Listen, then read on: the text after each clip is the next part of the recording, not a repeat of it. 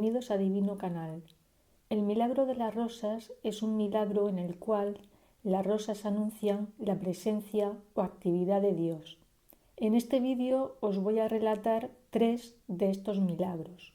Según la tradición mexicana, el indígena Juan Diego, al alba del día 9 de diciembre de 1531 y en el cerro del Tepeyac, al norte de la Ciudad de México, contempló la aparición de la Virgen en su advocación de la Virgen de Guadalupe.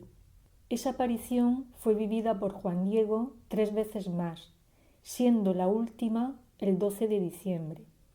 La Virgen encargó a Juan Diego la misión de decir al obispo Fray Juan de Zumárraga que en aquel cerro del Tepeyac debía de edificar un templo. Fray Juan no creía lo que Juan Diego le decía, así que le pidió que le demostrara que lo que le estaba contando era cierto. Juan Diego le contó tal problema a la Virgen y le preguntó qué prueba podía llevar a Fray Juan. La Virgen de Guadalupe pidió a Juan Diego que acudiera al cerro y cortara las rosas que allí habían crecido y se las llevara a Fray Juan. Juan Diego las cortó y las sostuvo en su ayate. El ayate es una especie de poncho mexicano. Lo extraordinario de esas rosas es que fueron recogidas en invierno, en un lugar donde nunca las hubo. Y más extraordinario, si cabe, fue que al mostrar las rosas a Fray Juan, la Virgen se dejó ver impresa en la tela del ayate de Juan Diego. Fray Juan quedó convencido de todo lo que le había explicado Juan Diego y ordenó la construcción del templo en el cerro del Tepeyac. Hoy en día, el santuario dedicado a la Virgen de Guadalupe es uno de los más visitados en el mundo, solamente superado por la Basílica de San Pedro, en Roma. Como veis en la fotografía, es enorme, y es que, dada la gran afluencia de visitantes y la inestabilidad de la anterior basílica, se decidió construir otra con mayores garantías de seguridad.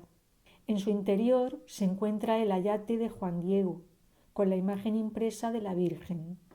Sobre el ayate comentaros que hubo una guerra civil en México entre 1926 y 1929 y que en tiempos de esa guerra una bomba estalló en el altar mayor.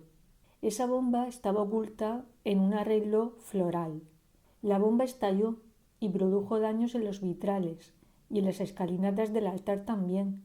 Sin embargo, al ayate no le sucedió nada. Otro hecho llamativo fue que debido al estallido, un crucifijo se dobló y parece ser que eso evitó que le pasara cualquier cosa a la imagen de la Virgen. En el santuario se encuentran los restos de Juan Diego, en lo que llaman la Capilla de los Indios. Se la llama así porque fue construida para el culto de la población indígena a la Virgen. Está edificada en el lugar indicado por Juan Diego como lugar de la aparición de la Virgen de Guadalupe y está construida sobre los 2 primeros templos anteriores. Otro edificio es la Capilla del Cerrito, que es donde se recuerda el milagro de las flores frescas y la primera de las apariciones de Santa María de Guadalupe. En las cercanías de ese mismo cerro se encuentra la Capilla del Pocito. Esta capilla fue edificada sobre un pozo de aguas consideradas milagrosas. La imagen de Nuestra Señora de Guadalupe, además de ser realmente hermosa, está cargada de símbolos. La mirada de la Virgen representa la bondad y ternura. Su inclinación hacia abajo indica respeto. Según los especialistas, y esto es muy importante, en los ojos de la Virgen hay reflejo de 12 figuras humanas, pero esto es algo que ya trataré en exclusiva en otro vídeo. Las manos de la Virgen, además de simbolizar la oración, representan la unión entre razas. El moño negro simboliza la maternidad y el nacimiento de una nueva época. La banda que lleva sobre la cintura era una costumbre de las mujeres indígenas de aquella época, para dejar libre su vientre. Sobre los rayos solares que apuntan hacia la Virgen existen 2 opiniones. Para algunos especialistas representan su aura y para otros es el sol que brilla más a la altura de su vientre. El manto que cubre a la Virgen representa el cielo. Cuenta con 46 estrellas, el mismo número que formaban la constelación del cielo el día de su aparición. El color verdoso del manto indica que era emperatriz.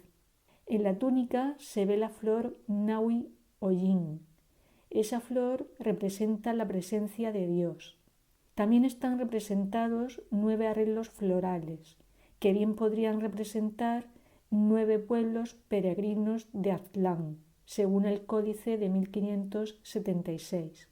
La luna que aparece debajo de la Virgen representa el significado de la palabra náhuatl, en el centro de la luna. El ángel representa el ave que anunció su aparición de la Virgen a Juan Diego. Esas manos también unen el cielo con la tierra. Y por último, el cabello suelto representa, según la cultura azteca, la virginidad. Las rosas también fueron las protagonistas de otro milagro. Este milagro ocurrió en la persona de Isabel de Hungría, conocida como Santa Isabel. Isabel era hija de reyes y fue también esposa de un rey, de Luis de Turingia-Hesse. Si algo distinguía al matrimonio era la felicidad y el amor entre ambos. Si tuviéramos que describir con una sola palabra cómo era Isabel de Hungría, sería con la palabra generosa. Todo le parecía poco para ayudar a los que más lo necesitaban. Utilizó la plata de sus arcas, las alhajas de su dote, incluso sus propios vestidos y alimentos. Ella misma se encargaba de visitar las chozas de los vasallos más pobres. Les llevaba escondidas en la oscuridad de la noche y bajo su manto un cántaro de leche o una hogaza de pan. A su esposo no le parecía mal lo que Isabel hacía, todo lo contrario. Creía que esa labor caritativa le traería una recompensa eterna, como por otra parte así fue, porque en Turingia se la venera como santa. Y es que nunca olvidaron la actitud de Isabel cuando en 1226 Turingia se vio golpeada por inundaciones, hambre y peste. En aquella ocasión hizo construir un hospital con 28 camas debajo del castillo de Wartburgo. Pero no solo eso, ella misma atendía a los enfermos. Sin embargo, lo que para su esposo era una virtud, para ciertos miembros de la corte no lo era. La acusaban de estar dilapidando los caudales públicos y dejar sin recursos los graneros y almacenes. Su esposo, ante esas acusaciones tan graves, pidió a quienes la acusaban pruebas de lo que decían. Un día en que se disponía a llevar ayuda a los más necesitados, fue detenida por algunos miembros de la corte. Estos le preguntaron: ¿qué llevas en la falda? Ella respondió: nada, solo rosas. Y al extender el delantal bajo su falda, en lugar de pan y alimentos, había rosas.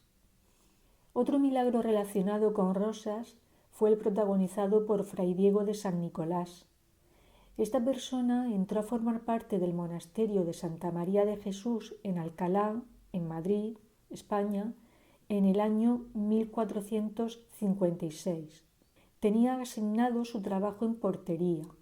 Esta función le hacía estar en contacto directo con la gente, especialmente con los pobres.